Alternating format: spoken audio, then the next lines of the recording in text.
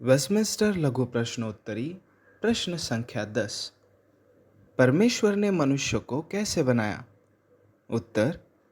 परमेश्वर ने मनुष्य को नर और नारी करके अपने छवि के अनुसार ज्ञान, धार्मिकता और पवित्रता के साथ सृजित किया और उसे सारी दुनिया पर अधिकार दिया। प्रश्न संख्या 10 में हम परमेश्वर की विशेष निर्मिति के संदर्भ में चर्चा करेंगे कि परमेश्वर ने मनुष्य को कैसे बनाया। हम सीखते हैं कि निर्मिति के छठे दिन परमेश्वर ने मनुष्य को बनाया है और परमेश्वर ने सिर्फ आदम को नहीं बल्कि हवा को भी बनाया। इसका मतलब परमेश्वर ने स्त्री और पुरुष दोनों को बनाया।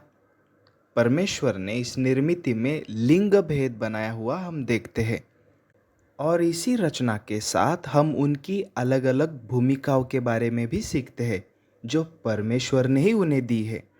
अब ध्यान दीजिए कि जब पुरुष और स्त्री के निर्मिति की बातें आती है तो उनके स्थान या स्थिति के मामले में परमेश्वर ने उन्हें बराबर बनाया है, समान बनाया है। अब निर्मिति के मामले में दोनों का स्थान क्यों बराबर है? इसका कारण है क्योंकि दोनों को भी प्रभु ने ही बनाया और दोनों भी परमेश्वर की प्रतिमा में या छवि में बनाए गए हैं। और उसी प्रकार उद्धार के मामले में भी वह दोनों बराबर है, समान है। स्त्री और पुरुष दोनों पर कृपा होगी।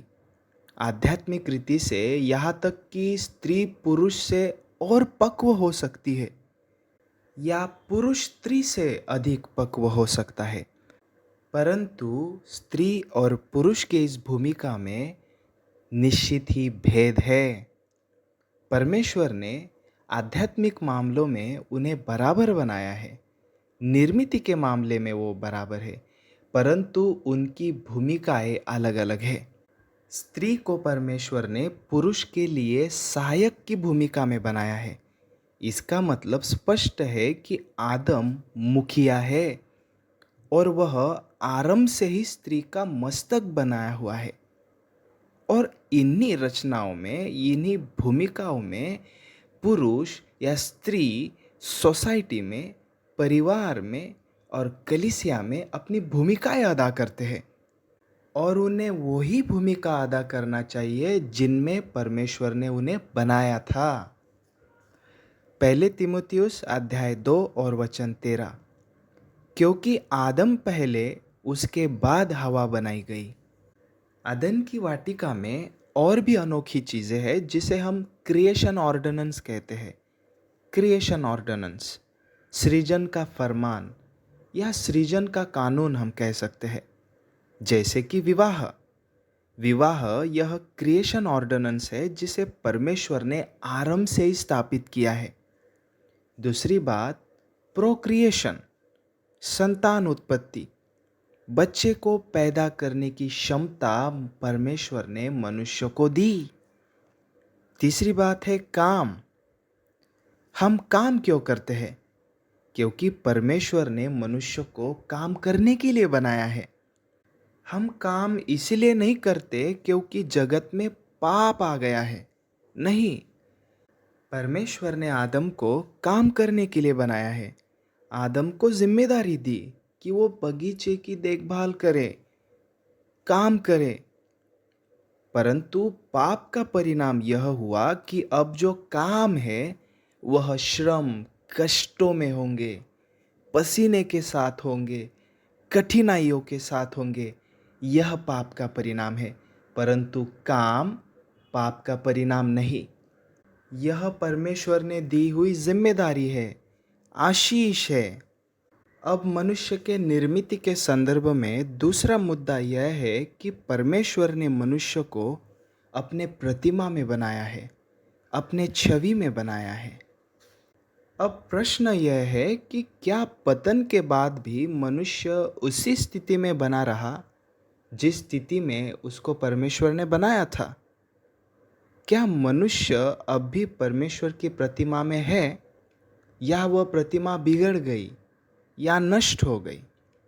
आइए इस पर कुछ मान्यताओं को देखते हैं। रोमन कैथोलिक लोगों की मान्यता यह है कि मनुष्य ने कुछ नहीं खोया। मनुष्य में परमेश्वर की प्रतिमा अब भी पाप के बाद, पतन के बाद बरकरार है। लूथरन लोगों की मान्यता यह है कि मनुष्य ने सब कुछ गंवा दिया है।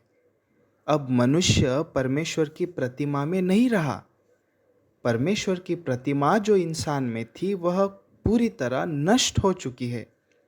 परंतु जब एक इंसान उद्धार पाता है, मसीह हो जाता है, तब परमेश्वर की प्रतिमा में वो फिर से बनाया जाएगा, नया बनाया जाएगा। अब आइए समझते हैं कि परमेश्वर की प्रतिमा के बारे में रिफॉर्म्ड मान्यता क्या है। उत्पत्ति की किताब अध्याय 9 में प्रभु कहते हैं, हत्या यह घृणित अपराध है, क्योंकि यह परमेश्वर की प्रतिमा पर किया हुआ हमला है। याकूब अध्याय 3 में कहता है कि किसी को श्राप न दो, क्योंकि मनुष्य परमेश्वर की प्रतिमा में बनाया गया है। अब यहाँ पर ध्यान देने वाली बात यह है कि यह संदर्भ मनुष्य के पतन के बाद के संदर्भ है, और इसका साफ मतलब यही है कि मनुष्य अब भी परमेश्वर की प्रतिमा में है। परंतु इसी का साफ और ठीक मतलब समझाने के लिए कई अन्य संदर्भ भी है, जैसे कि कुलुस्सियों की पत्री अध्याय 3 वचन 10, इफिसियों की पत्री अध्याय 4 वचन 24, रोमियो की पत्री अध्याय 8 और वचन 29। इन संदर्भ में उल्लेख किया गया है कि मसीह लोग परमेश्वर की प्रतिमा में नए किए जा रहे हैं, बीइंग रिन्यूड। आइए कुछ वचन पढ़ते हैं। इफिसियों की पत्री अध्याय 4 वचन 24, और नए मनुष्यत्व को पहन लो, जो परमेश्वर के अनुरूप सत्य की धार्मिकता और पवित्रता में सृजा गया है। और रोमियो की पत्री अध्याय 8 और वचन 29, क्योंकि जिन्हें उसने पहले से जान लिया है, उन्हें पहले से ठहराया भी है कि वे उसके पुत्र के स्वरूप में हो। तो अब हम निश्चित ही समझ पाते हैं कि फॉल में, पतन में मनुष्य ने ज्ञान, धार्मिकता और पवित्रता के मामले में कुछ खोया है, कुछ खोया है। इंसान में परमेश्वर की छवि कुछ हद तक बिगड़ गई है, सारी नहीं, कुछ हद तक, या सभी बरकरार है ऐसे भी नहीं, परंतु कुछ हद तक बिगड़ गई है बाइबल के अनुसार। परंतु बाइबल यह भी स्पष्ट करती है कि मसीह लोग दिन ब दिन पवित्र आत्मा की सामर्थ्य से, सुसमाचार की सामर्थ्य से नए किए जा रहे हैं, मसीह यीशु के छवि में बनते जा रहे हैं। और आखिर में वेस्टमिंस्टर लघु प्रश्नोत्तरी हमें बताती है कि मनुष्य को परमेश्वर ने अधिकार दिया, परमेश्वर की बनाई हुई सृष्टि पर उन्हें प्रभुत्व करने का अधिकार दिया। हम सीखते हैं कि मनुष्य के रचना के ठीक बाद उन्हें जिम्मेदारी दी गई थी, और उसके अनुसार उन्हें कार्य करना होगा, और सौंपी हुई जिम्मेदारी पूरे करने के द्वारा उन्हें परमेश्वर की महिमा करनी है। तो हमने देखा कि परमेश्वर की बनाई हुई इस दुनिया में, अच्छी दुनिया में, किस प्रकार पाप ने प्रवेश किया, और पाप के वजह से परमेश्वर की बनाई हुई यह खूबसूरत दुनिया भद्दी हो गई, बदसूरत हो गई, जिसका सबूत आज हम सृष्टि में देख सकते हैं, हम इंसानों में देख सकते हैं।